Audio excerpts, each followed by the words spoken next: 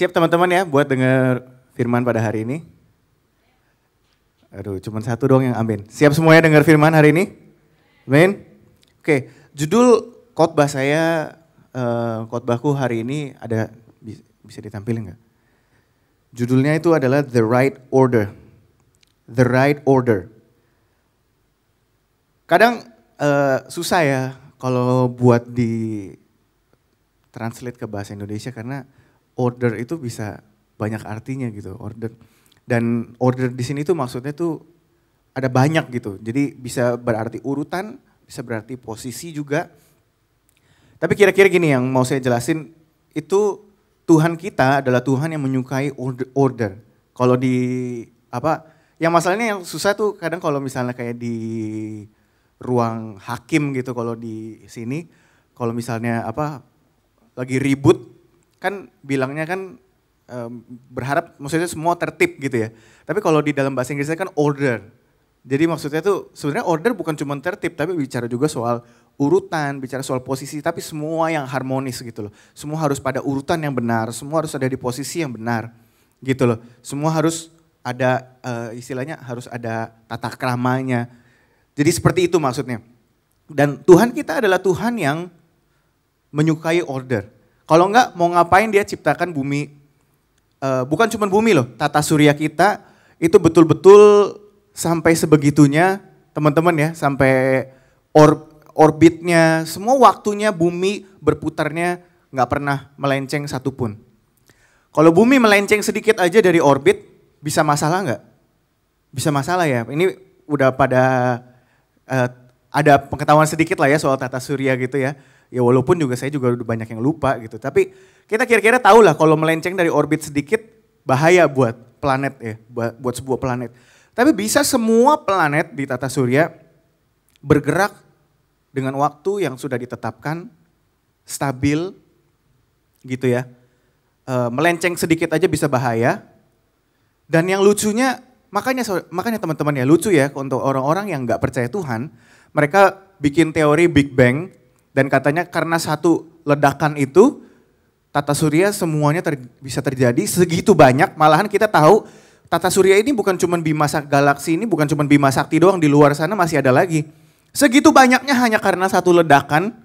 Terus udah gitu karena satu ledakan galaksi Bima Sakti bisa ada, terus habis itu semuanya bergerak, punya orbitnya yang benar, posisinya benar, bergeraknya semua di waktu yang selalu sama. Muternya semua, waktunya sama semua.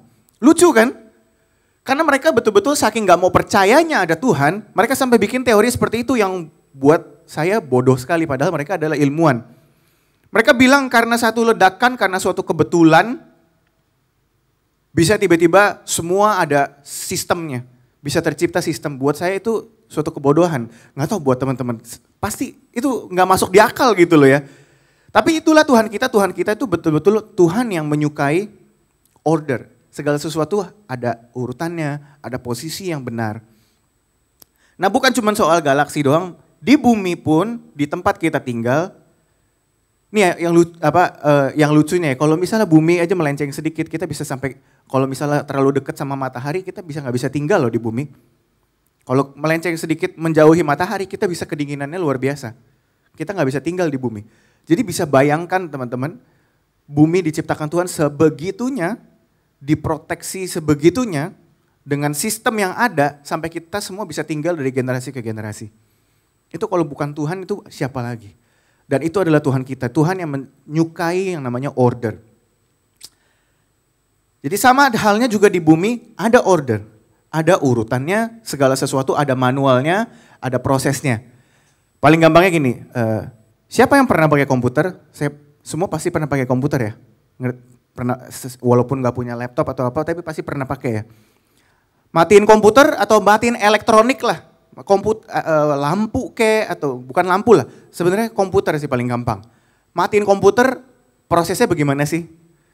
Dari komputernya dulu harus di shutdown dong. Ngerti ya? Dari komputernya di shutdown. Habis itu kalau misalnya dari saklarnya mau dimatiin, baru dimatiin semuanya. Siapa yang matiin komputer, cabut listriknya dulu. Ini PC ya, bukan laptop ya. Kalau laptop sih masih ada baterai. Ini desktop komputer.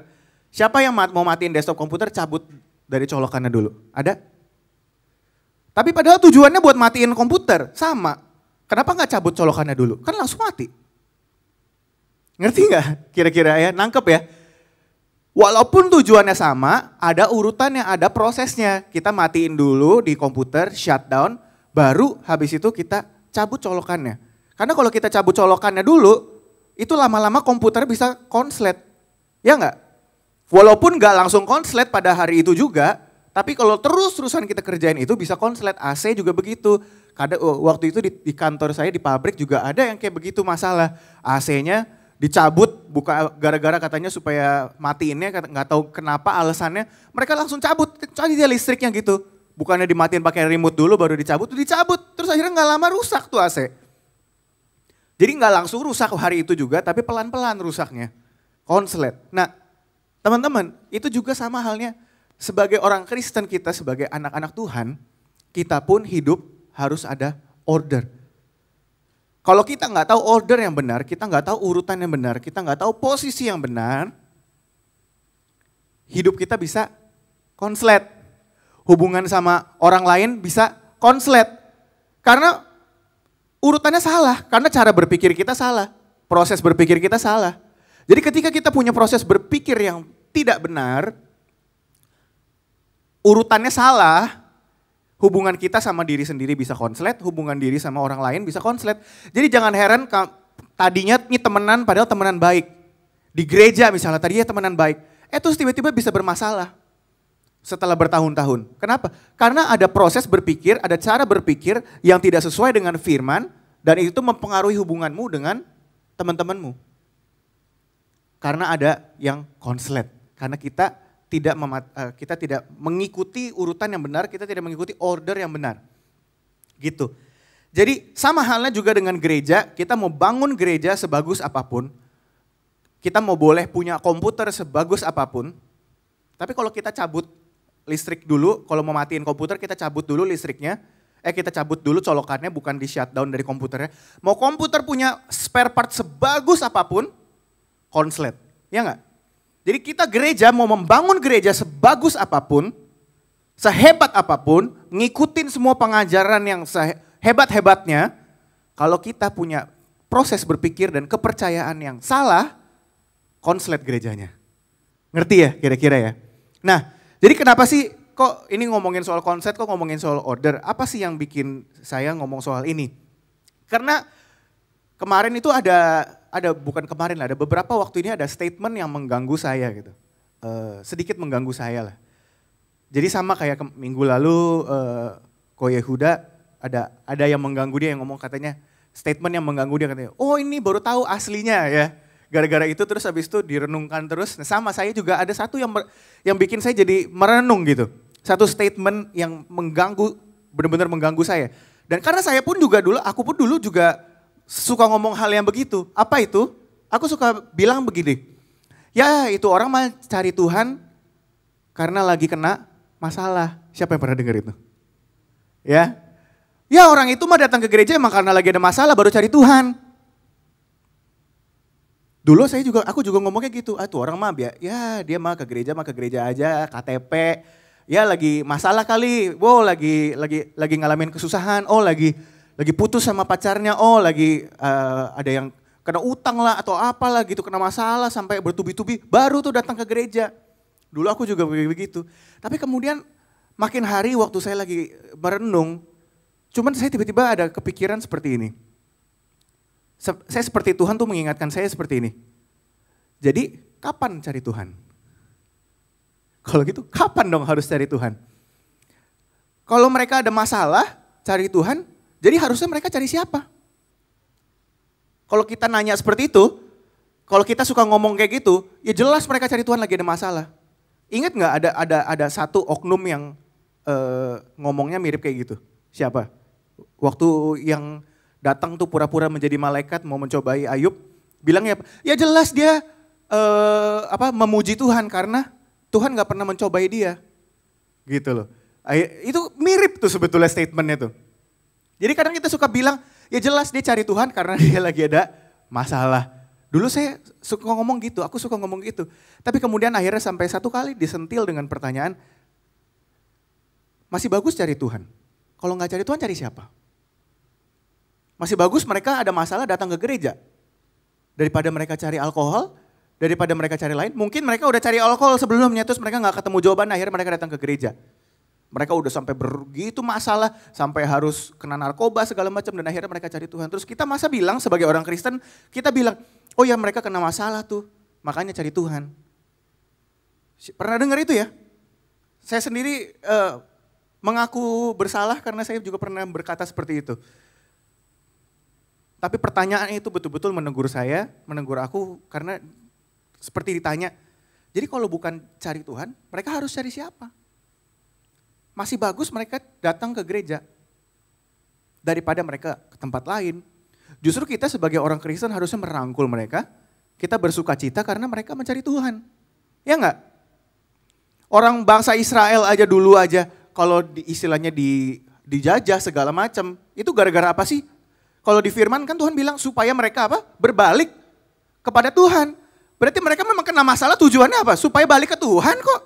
Ya sekarang kalau ada orang lain yang lagi masalah cari Tuhan, kok kita malah larang-larang mereka? Kok kita malah sinis sama mereka? Kok kita malah menghakimi mereka? Ya enggak?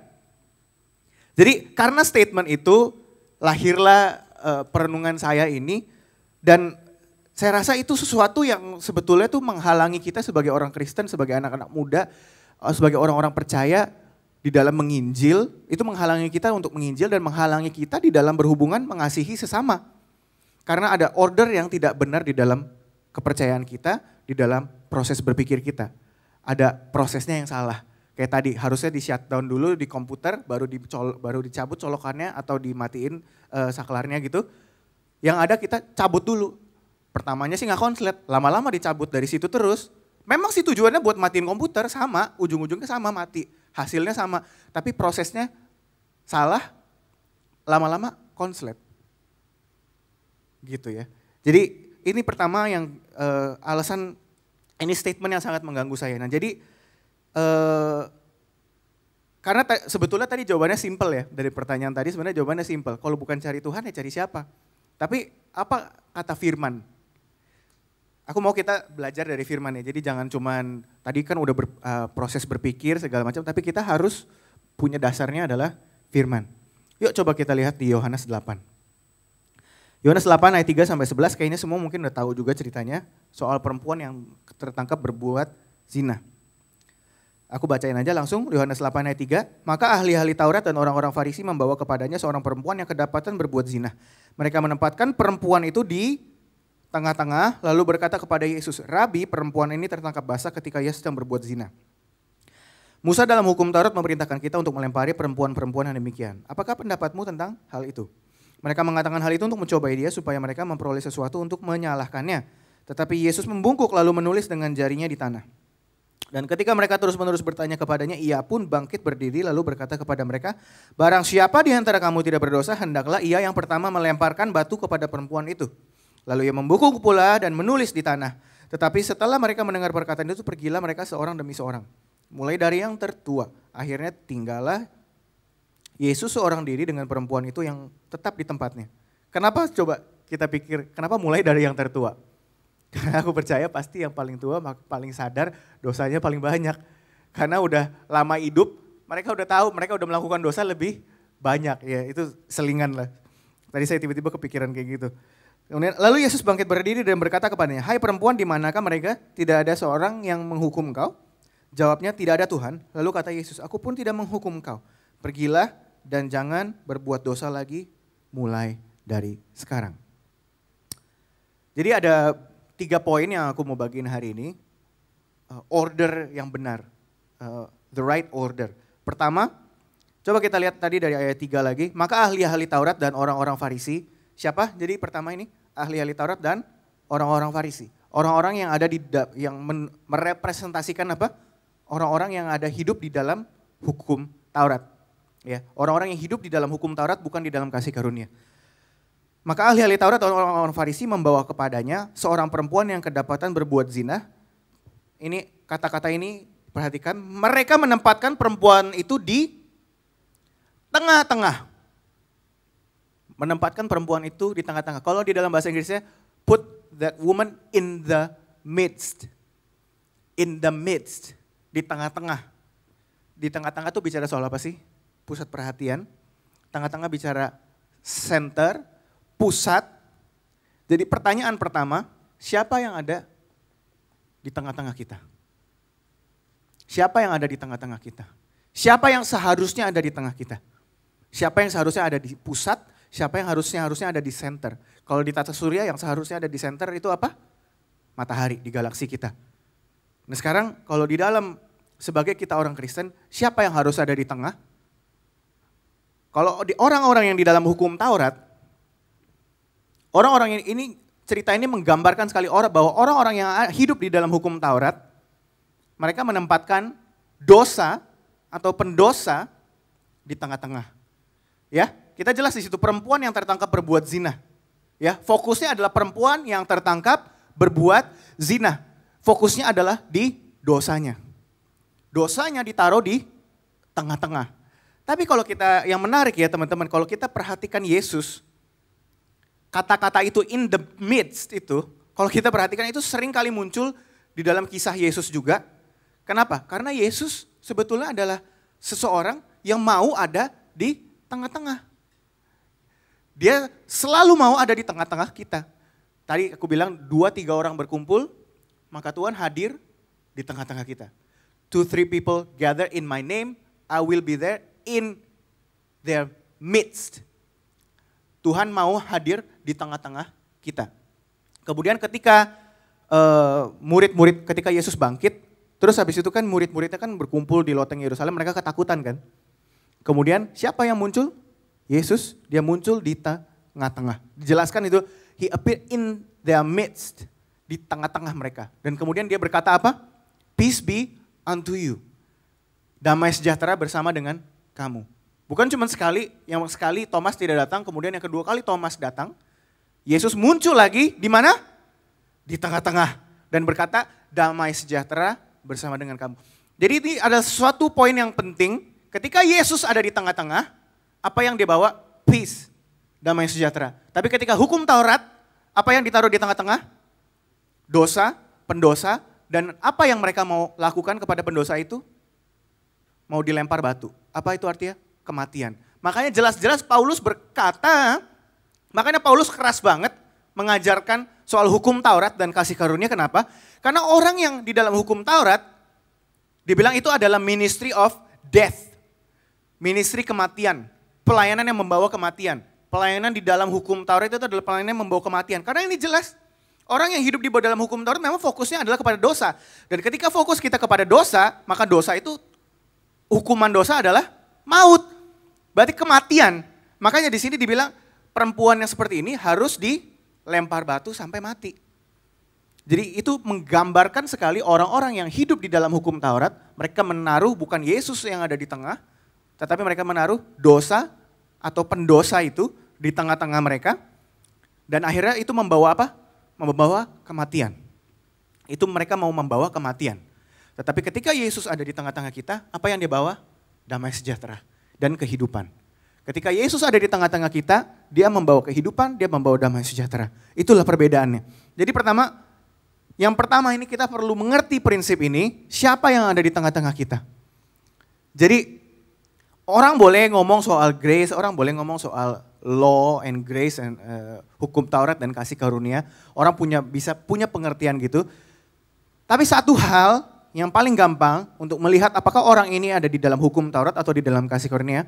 Orang ini boleh punya pengertian yang dahsyat soal hukum Taurat dan kasih karunia. Tapi bagaimana kita bisa tahu bahwa dia betul-betul hidup di dalam kasih karunia? Kita lihat dari siapa yang ada di tengah-tengahnya. Waktu dia ngomong di dalam kehidupannya, siapa yang dia taruh di tengah-tengah? Paling gampang lihat dari omongannya. Ketika mengalami masalah, apa yang mereka ungkapin? Apakah mereka mencari seseorang untuk disalahkan? Apakah mereka selalu fokusnya kepada apa yang salah? Atau mereka fokus kepada solusinya?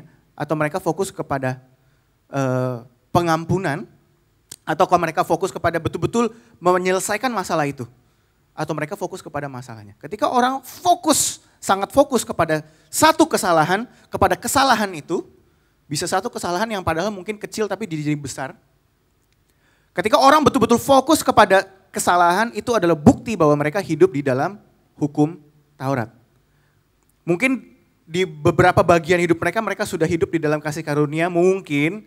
Tapi ada beberapa bagian mungkin di dalam keluarga segala macam. Mereka kayaknya kalau misalnya sama bapaknya atau sama anaknya, selalu yang difokusin itu salahnya anak ini. Selalu yang difokusin salahnya bapak emaknya. Itu tanda bahwa kita masih hidup di dalam hukum Taurat. Karena we put sin, we put mistakes, kita menaruh masalah di tengah-tengah, kita bukan menaruh Kristus di tengah-tengah. Sebab kita tahu kalau kita taruh Kristus di dalam tengah-tengah, apa tadi? Hasilnya apa? Damai sejahtera dan kehidupan. Tapi kalau nggak ada damai sejahtera, nggak ada kehidupan, yang di bawah selalu diungkit-ungkit masalah itu terus, itu tanda bahwa orang itu hidup di dalam hukum Taurat. Boleh aja dia ngerti semua prinsip soal hukum Taurat dan kasih karunia, tapi cara gampangnya untuk kita bisa tahu orang ini hidup di dalam kasih karunia atau enggak, kita lihat dari omongannya, kita lihat dari cara hidupnya, kita lihat apakah betul-betul Kristus ada di tengah-tengah dia. Ya, sampai sini kira-kira bisa ngerti ya. Jadi ini kenapa Paulus tuh keras sekali dia dalam mengajarkan kasih karunia. Di dalam semua suratnya dia selalu mengajarkan soal kasih karunia bahwa engkau tidak lagi hidup di dalam hukum Taurat, tapi engkau hidup di dalam kasih karunia. Karena hukum Taurat membawa kematian. Ya ini contohnya jelas. Ketika fokus kita adalah kepada hukum, bukan berarti hukum Taurat itu jelek ya. Hukum Taurat itu sebetulnya diberikan kepada kita supaya apa sih? Supaya kita tahu kita ini salah. Supaya kita tahu di hadapan Tuhan, kita mau sebaik apapun, kita pasti salah. Karena kalau orang yang hidup di hukum Taurat kan dibilangnya, nggak boleh ada satupun yang dilewatkan. Salah satu aja udah salah semuanya. Jadi mau kita punya bersedekah sama orang miskin sebanyak apapun, kalau agama-agama lain kan mengajarkannya seperti itu. Berbuat kebaikan, bersedekah segala macam supaya apa? Supaya itu melebihi perbuatan jahat kita. Itu sebetulnya itu adalah sesuatu yang menurut saya suatu kebodohan. Karena kalau ada Tuhan, Tuhan kita pasti adalah Tuhan yang sempurna. Sempurna itu 100, 99 itu gak sempurna. Jadi kalau Tuhan kita sempurna, satu salah aja, kita gak bisa bersama-sama dengan Tuhan kita harusnya. Karena Tuhan kita sempurna. Jadi apa yang bisa bikin kita bersama-sama dengan Tuhan, diterima oleh Tuhan, yaitu dengan memberikan dan percaya kepada anaknya yang sempurna, yang blameless, dia mengambil semua kesalahan kita, dia yang tadinya sempurna menjadi bersalah, menjadi berdosa, menjadi seorang pendosa, menanggung semua dosa kita, supaya kita yang tadinya adalah pendosa, boleh diselamatkan dan menerima hidup yang kekal. Ada amin? Itu Kristus kita. Makanya kenapa pentingnya kita menaruh Kristus dan kasih karunia itu di tengah-tengah hidup kita. Amin. Jadi ketika ada masalah di dalam keluarga, di dalam sekolah, fokus jangan kepada masalahnya. Zaman sekarang kita banyak banget dengar orang ngomong soal mental health, mental issues. Saya pun juga belajar soal itu dan kenapa kita perlu juga memang sebagai seorang Kristen kita perlu mengenal soal mental health, mental issues karena banyak orang-orang Kristen yang sangat ignorant, mereka bilang orang yang depresi itu orang kerasukan setan. Orang yang depresi, ya lu mah kurang percaya sama Tuhan. Ngomongnya seenaknya aja gitu, lu mah kurang bergaul sama Tuhan makanya lu depresi. Ya karena lu gak mengalami masalah yang mereka alamin. Ya, jadi jangan istilahnya kita pakai itu sebagai alasan untuk kita gak peduli sama orang ya. Tapi at the same time aku juga sering ngelihat anak-anak muda sekarang terlalu gampang mengaitkan, oh gue lagi depresi. Dikit-dikit semua, oh ini depresi, oh ini lagi mengalami mental health issues, perlu mentor segala macam untuk menyelesaikan masalah itu. No. Yes, kita perlu mentor, saya nggak menyalahkan itu ya. Tapi dikit-dikit, gue harus cari mentor karena gue lagi punya masalah mental. Emang dikirain mentormu tuh psikiater? Ya. Jadi kita selalu punya tendensi sekarang semua dikaitkan sama mental health, depresi lah segala macam. Kita bahkan orang Kristen pun juga kayak begitu. Jadi apa sih? Kita fokus banget sama masalahnya. Sampai kita lupa kita sebagai orang Kristen, itu harusnya kita ada one stop solution untuk semua orang yang punya masalah. Masalah kayak apapun, masalah mental issues, masalah keuangan, segala jenis masalah itu sebetulnya semua sudah ditanggung di atas Kayu salib. Bukan berarti kemudian ada utang kita tengking di atas dalam nama Yesus gitu ya, bukan berarti begitu. Cuma maksudnya betul-betul ketika kita menerima Kristus, kita bergantung kepada Kristus. Di dalam keuangan kita, kita berharap kepada Kristus. Di situ pengharapan kita. Bahwa kita menemukan pengharapan, kita menemukan kekuatan, boleh kita nggak punya duit, boleh nilai ulangan kita tiba-tiba ada yang jeblok, boleh mungkin kita mengalami masalah, boleh kita putus sama pacar, boleh kita punya masalah, tapi ketika kita bergantung sepenuhnya kepada Kristus, ketika Kristus itu ada di tengah, maka kita punya pengharapan, kita punya kekuatan yang baru. Amin. Masalahnya tuh Kristus kayak Kristus itu menjadi suatu klise di dalam. Yang menariknya, yang menjadi ironi adalah Kristus dan salib itu menjadi sebuah klise bagi orang-orang Kristen. Ngerti klise ya, maksudnya kayak istilahnya, ya udah tau lah Kristus lah. Ya Kristus lagi, ya semua orang udah tau lah kita perlu cari Kristus. Jadi kita tuh menganggap kayaknya Kristus itu bukan lagi sebuah solusi yang dasar, sebuah solusi yang powerful untuk menyelesaikan masalah kita. Sehingga akhirnya kita cari-cari yang lain. Ya. Jadi kembali lagi di poin ini, siapa yang ada di tengah-tengah? Apakah kita fokus kita ini kepada masalah? Sekarang ini ngomongin soal mental health. Kita jadi ngomonginnya selalu mental health mulu, kita ngomongin selalu masalahnya terus. Sampai kita lupa Kristusnya. Sampai kita lupa betul-betul bahwa Kristus itu adalah solusi. Yang ngikutin Star Teaching, kemarin kan lagi banyak ngomong soal konsultan. Kerjanya konsultan tuh apa sih? Konsultasi dan maksudnya istilah mengimplementasikan solusi. Fokusnya konsultan bukan hanya ngomongin soal masalahnya, wah lu bermasalah nih perusahaan. Udah terus selesai aja sampai situ. Ya enggak, tapi fokus kepada diimplementasikan solusi-solusinya dong. Coba jadi konsultan sampai akhir kontrak, sampai betul-betul semua proyek selesai, yang diomongin masalahnya doang. Dibayar konsultan untuk menyelesaikan masalah. Jadi fokusnya yang diomongin harusnya adalah solusinya, bukan masalahnya. Jadi sama seperti itu, kita juga fokusnya jangan kepada masalahnya, tapi fokus kepada solusi. Kita udah punya solusinya teman-teman. Kristus sudah mati di atas kayu salib, udah dibayar lunas. Bukan cuma dibayar lunas, dibayar dengan harga yang sangat mahal. Yang kita nggak bisa bayar, dikasih cuma-cuma. Kita dikasih solusinya, tapi kita fokusnya kepada masalah. Itu artinya apa?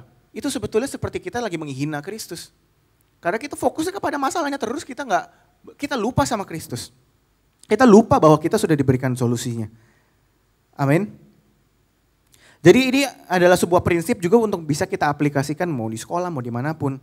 Bahwa kita harus selalu fokus kepada solusi dan bukan kepada masalahnya. Amin.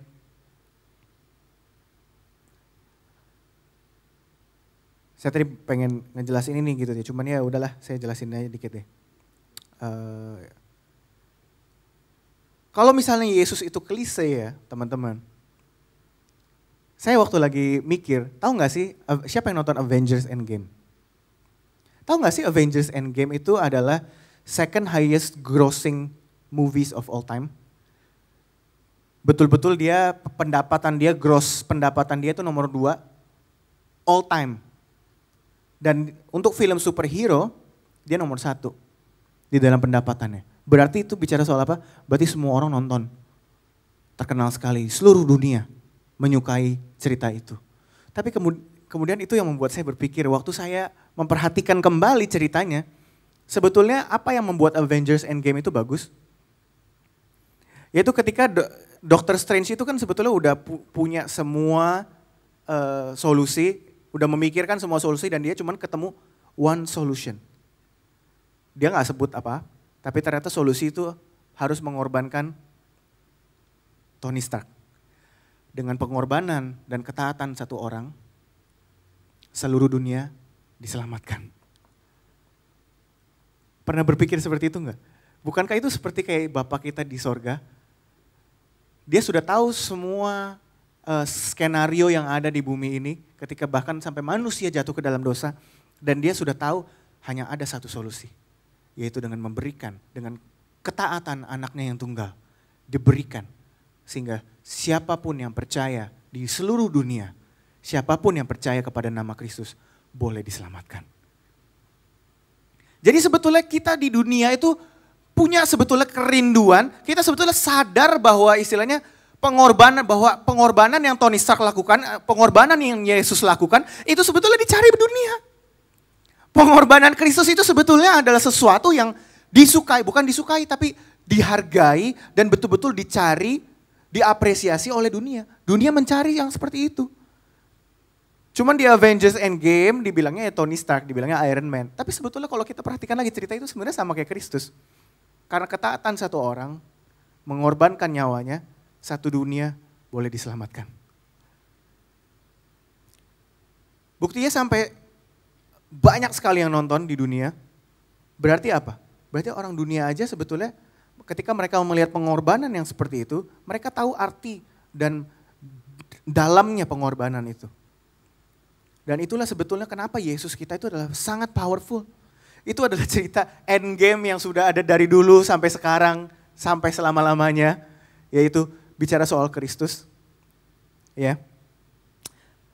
Itu yang pertama. Kemudian yang kedua, saya cepet aja. Di yang kedua, poin kedua, order yang benar itu apa? Forgiveness, pengampunan datang sebelum pertobatan.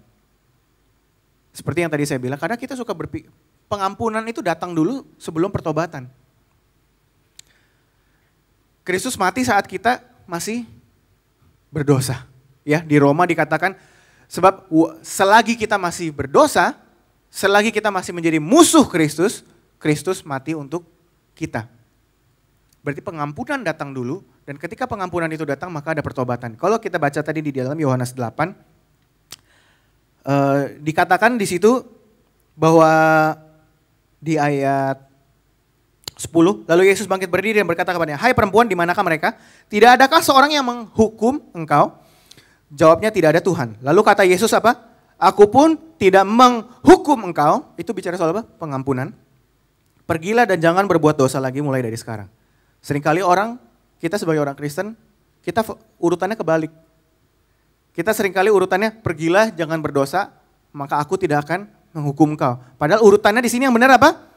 Aku pun tidak akan menghukum engkau, sekarang pergi dan jangan berbuat dosa lagi. Jadi urutan yang benar tuh apa? Pengampunan dulu. Masalahnya kita sebagai orang Kristen, kita suka bilangnya tuh apa?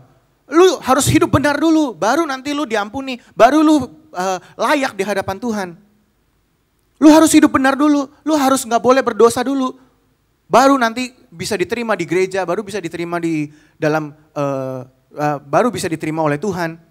Tapi kalau kita lihat dari cerita ini, Yesus sendiri, ya urutan yang benar adalah Yesus pun tidak menghukum engkau, Yesus pun mengampuni engkau, maka sekarang pergi dan jangan berbuat dosa.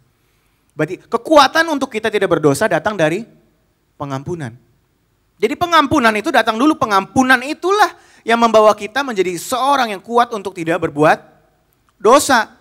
Makanya kenapa Yesus bilang orang yang merasa lebih dikasihi itu apa? Orang yang diampuni lebih banyak. Jadi sebetulnya orang yang diampuni lebih banyak itu adalah orang yang lebih merasa dikasihi dan mereka yang bisa sebetulnya ketika kita merasa lebih dikasihi ya itu kita akhirnya jadi bisa mengasihi orang lain. Kita bisa mengampuni orang lain. Kenapa? Karena kita telah diampuni terlebih dahulu. Jadi pertama kita harus mengerti dulu urutannya. Bahwa pengampunan itu datang terlebih dahulu baru hidup yang benar. Bukan hidup yang benar maka kita akan diampuni. Tapi ampuni dulu baru kita bisa hidup di dalam kebenaran. Ngerti ya? Ini mungkin cuman kesannya urutan ya. Kesannya kayak simpel cuman diputar doang. Tapi tahu gak sih teman-teman bahwa iblis dari dulu prinsipnya cara bekerjanya tuh kayak begitu. Iblis dari dulu tuh cuman kerjanya muter-muter fakta doang. Ingat waktu cerita Hawa, gimana cara dia menjatuhkan Hawa? Dia bilang kalau kamu makan ini kamu gak bakal mati. Malah kamu akan menjadi seperti Tuhan. Padahal Adam dan Hawa diciptakan apa? Segambar dan serupa Tuhan. Berarti dari awal Adam dan Hawa itu udah apa? Sudah persis seperti Tuhan. Gambaran Tuhan. Kemudian iblis bilang apa? Kalau kamu makan ini, kamu akan menjadi seperti Tuhan. Diputar urutannya. Padahal Hawa itu udah segambar dan serupa sama Tuhan. Tapi iblis bilang, oh enggak, lu makan dulu baru lu jadi serupa sama Tuhan. Gitu loh. Jadi tujuan akhirnya tuh sama, serupa sama Tuhan memang, tapi diputar sedikit. Lu harus makan dulu. Tuhan tuh gak sebaik itu. Tuhan tuh gak bikin lu udah serupa sama Tuhan. No, ada prosesnya lagi. Kamu harus makan dulu baru kamu jadi seperti Tuhan. Proses yang mengandalkan kekuatan sendiri, inisiatif sendiri. Itu adalah prinsip hukum Taurat. Prinsip hukum Taurat tuh kita gak boleh melakukan ini. Itu semua bicara soal kekuatan diri sendiri. Yang akhirnya berujung kepada kematian. Tetapi prinsip di dalam Tuhan adalah kita terima dulu. Setelah kita terima, kita berikan kepada orang lain. Dan kita bisa kita bisa hidup dengan benar. Makanya di dalam 1 Yohanes juga dikatakan apa? Sebab inilah kasih bahwa kita mengasihi karena dia telah mengasihi kita terlebih dahulu. Jadi bukan karena kita ini orang yang bisa mengasihi. Tapi kita bisa mengasihi karena Tuhan telah terlebih dahulu mengasihi kita. Jadi prinsip kedua ini adalah kita penting, kalau saya boleh tarik istilahnya summary-nya. Prinsipnya ini apa? Kita harus supply minded. Di dalam Kristus kita harus supply minded. Kita harus terima dulu supply untuk mengatasi demand-demand yang ada. Kita tidak boleh punya demand minded. Hukum Taurat itu demand minded. Permintaan, kamu tidak boleh ini, kamu tidak boleh itu, kamu harus seperti ini, kamu harus seperti itu. Tapi di dalam, kalau di dalam hukum Taurat kita dituntut untuk dituntut akan kebenaran. Kebenaran itu dituntut daripada kita. Tapi di dalam kasih karunia, kebenaran disuplai oleh Tuhan. Ada amin? Kebenaran disuplai oleh Tuhan melalui Kristus. Itu prinsip kasih karunia, itu adalah prinsip di dalam perjanjian baru, prinsip kita sebagai orang Kristen, bahwa kita bukan lagi bekerja untuk mendapatkan berkat, kita bekerja karena kita sudah diberkati. Kita bekerja karena Tuhan telah mengerjakan semuanya sampai tuntas. Ada amin? Jadi kita harus supply minded. Ini prinsip kedua, supply minded. Forgiveness before repentance. Kita diampuni dulu, baru habis itu kita bisa hidup dengan benar. Ketika kita sudah menerima pengampunan, maka kita mengampuni orang. Ketika kita sudah dikasihi terlebih dahulu, maka kita baru bisa mengasihi orang lain. Jadi itu urutannya harus benar, ya. Urutannya harus benar. Masalahnya kita sebagai orang Kristen sering banget ke-twist. Sering banget tuh ketuker-tuker di situ. Karena bedanya tipis, cuma ditukar doang. Kamu harus mengasihi dulu baru nanti diterima sama Tuhan. Kamu harus bertobat dulu baru diterima Tuhan. Padahal yang benar adalah terima Tuhan dulu. Makanya itu kenapa kita suka bilang, oh pantas aja dia datang ke gereja karena dia lagi kena masalah. No, justru kita harusnya ada orang datang seperti itu, justru kita harusnya mengapresiasi, justru kita harusnya ketika orang datang kayak begitu, justru kita harus rangkul mereka, karena mereka mencari Tuhan. Cerita anak sulung dan anak bungsu emang dipikir datang kembali ke rumah bapak gara-gara apa? Karena dia sadar akan keadaannya ketika dia makan makanan babi. Ketika dia melihat betul-betul hidupnya sudah begitu banyak masalahnya, baru dia ingat bapaknya. Ketika dia ingat bapaknya, akhirnya dia jalan ke tempat bapaknya, dia sampai, aduh mesti ngomong apa ya. Akhirnya dia latih terus tuh kan permintaan maafnya, ya dia latih. Tapi waktu dia akhirnya sampai ke rumah bapaknya, apa yang dilakukan bapaknya? Langsung dia lari, dipeluk dan dicium. Habis dipeluk dan dicium, baru anaknya ngomong permintaan maafnya. Jadi mana yang datang duluan, pengampunan atau permintaan maafnya? Pengampunannya dulu. Bapak sendiri yang lari kepada anak itu. Yes, memang ada inisiatif dari anak itu untuk pulang ke rumah bapak karena memang kerinduannya karena memang ya udah dia lagi ada masalah. Ya dia balik ke bapaknya karena dia kelaparan, karena dia nggak mau makan makanan babi. Dia bilang apa? Orang pelayan-pelayannya aja itu bisa makan makanan enak, masa dia ini sih makan beginian, akhirnya dia pulang. Dan akhirnya ketika dia diampuni, baru di situ dia mengucapkan pengampunan. Jadi bukannya berarti di dalam kasih karunia kita tidak confess our sin ya. Bukan berarti di dalam kasih karunia kemudian kita tidak mengaku dosa di hadapan Tuhan. No, anak bungsu itu tetap mengaku dosa. Tapi bukan karena kita mengaku dosa maka kita diterima oleh Tuhan. Bukan karena kita mengaku dosa kemudian baru diampuni. No, kenyataannya adalah Tuhan mengampuni kita terlebih dahulu. Dia rangkul kita terlebih dahulu. Ketika dia rangkul, di situ ada pertobatan. di situ betul-betul ada perubahan. Teman-teman, kita harus bedain bapak sama relatif seperti paman. Ya, saya ini seorang paman, saya bukan seorang bapak. Saya suka mendapati kadang si papa saya sama mama saya gitu ya. Kalau si El datang ke rumah, kita semua senang, happy gitu ya. Kita bisa happy segala macam gitu. Tapi kemudian saya pikir-pikir lagi. Karena kalau ngelihat El kadang kalau misalnya lagi bermasalah gitu atau gimana,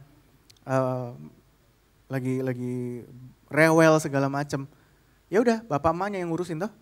Jadi kemudian saya pikir, jadi kenapa kita bisa senang banget kalau El datang? Salah satunya, kenapa papa mama saya bisa senang banget kalau cucunya datang, tapi dulu sama saya sama cici saya segala macam bisa stres. Karena waktu handle cici saya sama saya, kita itu adalah mereka berperan sebagai seorang bapak. Mereka harus deal dengan semua permasalahan kita. Tapi ketika saya menjadi seorang paman atau papa saya, mama saya jadi seorang istilahnya opa oma, ketika cucunya datang, ya udah kita cuma terima semua yang enak-enaknya aja, kita have fun gitu ya. Anak-anaknya lagi ketawa, lagi makan, wah lucu gitu. Tapi begitu nih anak masalah, lempar ke bapak mamanya ya. Bapak mamanya yang urus semuanya gitu ya. Kita tetap keluarga nggak? Keluarga. Sayang nggak? Sayang. Tapi ada perbedaan seorang paman dengan seorang bapak. Seorang paman, oh ya kalau lagi senang, lagi lucu, kita mengasihi dia. Kita bukannya berarti abis itu kita stop mengasihi dia, tapi kita cuman mau sebatas ya itu aja hubungannya. Datang sekali-sekali. Kalau misalnya nih anak lagi ada masalah di sekolahnya, bukan gue yang urus, bapak mamanya yang urus. Tahukah teman-teman bahwa kita memang punya banyak paman? Mungkin di gereja kita punya banyak paman, kita punya banyak relatif. Tapi teman-teman harus tahu, kita punya seorang Bapa. Makanya Yesus, dia sendiri turun tangan ketika perempuan ini mau dilemparin batu. Dia apa? Dia turun dan menulis di atas tanah. Siapa yang bersyukur bahwa Tuhan kita bukanlah Tuhan yang takut mengotori tangannya. Bukan Tuhan yang takut untuk turun dengan sendiri untuk mengurus masalah-masalah kita. Bahwa dia adalah Bapa kita. Dia bukan cuma sekedar paman, bukan cuma sekedar relatif atau keluarga jauh atau keluarga besar. Tapi dia adalah Bapa kita. Ketika teman-teman mengalami masalah, dia turun tangan. Dia yang urus semua masalahmu, mau masalah dari yang kecil sampai yang besar. Karena kita semua adalah anak-anak yang dikasihinya. Kita punya seorang bapa, kita bukan cuma punya seorang paman, bukan punya seorang paman rohani atau segala macam itu. Tapi kita punya seorang bapa dan dia yang mengurus semua masalah-masalah kita. Amin. Yang ketiga, yang terakhir, pada akhirnya kita harus mengerti bahwa carilah dahulu kerajaan Allah dan kebenarannya, maka semuanya akan ditambahkan kepada kita. Ini urutan yang benar. Cari dulu kerajaan Tuhan. Jadi kalau misalnya ada orang datang ke gereja ketika mereka lagi ada masalah, ya bagus dong. Karena itu mereka sedang mencari dulu kerajaan Allah sebetulnya. Jadi kalau kita punya teman-teman di luar, jangan kita tunggu sampai mereka benar dulu. Jangan, mereka harus bertobat dulu baru kita bawa ke gereja. No, bukan seperti itu. Justru mereka lagi gak benar-benarnya, kita bawa mereka ke gereja. Justru ketika kita tahu mereka ini lagi terhilang, justru kita bawa ke gereja. Dan kalau punya teman-teman atau mungkin yang nonton, mungkin aduh saya gak mau datang ke gereja dulu deh, kenapa? Karena saya rasa saya belum benar lah, saya masih nakal-nakal lah, mungkin masih nakal-nakal dikit, saya masih mau nakal-nakal. Jangan tunggu udah benar dulu. Justru walaupun kamu masih nakal-nakal, walaupun kita masih gak benar, datang, cari dulu kerajaan Allah dan kebenarannya. Jangan tunggu benar dulu, kalau mau tunggu benar dulu kita semua gak ada yang benar. Mau sampai kapan datang ke gereja? Benar itu adalah hasil, itu adalah the fruit. Ketika kita terima Tuhan, ketika kita menerima Tuhan, ketika kita menerima pengampunan itu, baru di situ kita dibenarkan. Jadi urutannya harus benar. Jadi kalau punya teman, atau mungkin kita sendiri merasa kita gak mau datang dulu ke gereja karena ya saya masih nakal, saya masih melakukan kesalahan, saya masih ini. Tunggu nanti deh kalau saya udah bener deh. baru saya datang ke gereja. Itu sering banget tuh orang ngomong gitu. Tunggu deh nanti kalau udah menikah baru datang ke gereja. Tunggu deh nanti kalau saya udah gak mabok-mabokan baru saya ke gereja. Justru waktu lagi masalah, justru lagi bandel, datang. Cari Tuhan. Carilah dahulu kerajaan Allah dan kebenarannya, maka semuanya akan ditambahkan. Jangan heran orang-orang yang tadinya mungkin mabok-mabokan gak ada niat untuk cari Kristus. Mungkin datang ke gereja tujuannya mungkin bukan pertama ya cuman iseng-iseng doang atau gimana. Mereka justru bisa dijamah oleh Tuhan di situ. Karena ketika mereka berjumpa dengan Bapa di situ baru ada perubahan. Karena kita pun selagi kita masih berdosa, Tuhan mati buat kita. Kita menerima dulu pengampunan daripada Tuhan. Ada amin? Saya mau berdoa, biar saya tutup. Tuhan, aku berdoa, hamba-Mu telah selesai. Biarlah anak-anak di tempat ini boleh betul-betul mengalami Engkau, boleh betul-betul mengerti bahwa kita dibenarkan bukan karena perbuatan. Bukan karena kita rajin bersedekah, bukan karena kita rajin memberi, bukan karena kita adalah orang yang baik, bukan karena kita gak pernah curang, bukan karena kita gak sombong. Tetapi biarlah kita boleh tahu bahwa kita dibenarkan sepenuhnya karena kasih karunia. Bahwa kita betul-betul dibenarkan, bahwa kita diampuni dan dikasihi terlebih dahulu, baru kita bisa mengasihi. Tuhan ajarkan kami, ajarkan kita semua, anak-anak di tempat ini, anak-anak muda di tempat ini, untuk setiap hari mengalami kasih-Mu. Agar kita bisa bagikan kasih ini kepada orang lain. Agar kita bisa membagikan kasih ini kepada orang-orang di sekitar kita. Kami berdoa biarlah Engkau yang penuhi tempat ini dengan orang-orang yang terhilang, dengan orang-orang yang belum menerima Engkau. Orang-orang yang masih ada di dalam kegelapan. Biarlah Tuhan Kau berikan kepada kami juga keberanian untuk menginjil kepada mereka. Dan biarlah Tuhan melalui kami Tuhan, Engkau boleh merubahkan hati orang-orang yang belum mengenal Engkau. Dan biarlah betul-betul tempat ini boleh menjadi Sion-Mu di mana ada restorasi bagi orang-orang yang belum mengenal Engkau, orang-orang yang belum masih ada di dalam kegelapan. Biarlah mereka boleh melihat terang yang daripada-Mu melalui gereja ini. Melalui kami semua. Berikan kepada kami keberanian, berikan kepada kami hikmat. Dan biarlah semakin hari kami semakin bertumbuh di dalam pengenalan akan Engkau yang benar. Biarlah pada hari ini betul-betul kami boleh belajar urutan yang benar, order yang benar. Bahwa kami menerima terlebih dahulu kasih yang daripada-Mu. Kita menerima dahulu pengampunan yang daripada-Mu. Dan itu yang menguatkan dan memampukan kita untuk hidup benar. Dan untuk mengampuni dan mengasihi orang lain. Hamba-Mu telah selesai, biarlah firman yang dibagikan pada hari ini boleh bertumbuh di dalam kami 30, 60 bahkan sampai 100 kali lipat. Diserahkan semua rangkaian ibadah, sisa rangkaian ibadah hari ini ke dalam tangan-Mu. Di dalam nama Tuhan Yesus kami berdoa. Amin.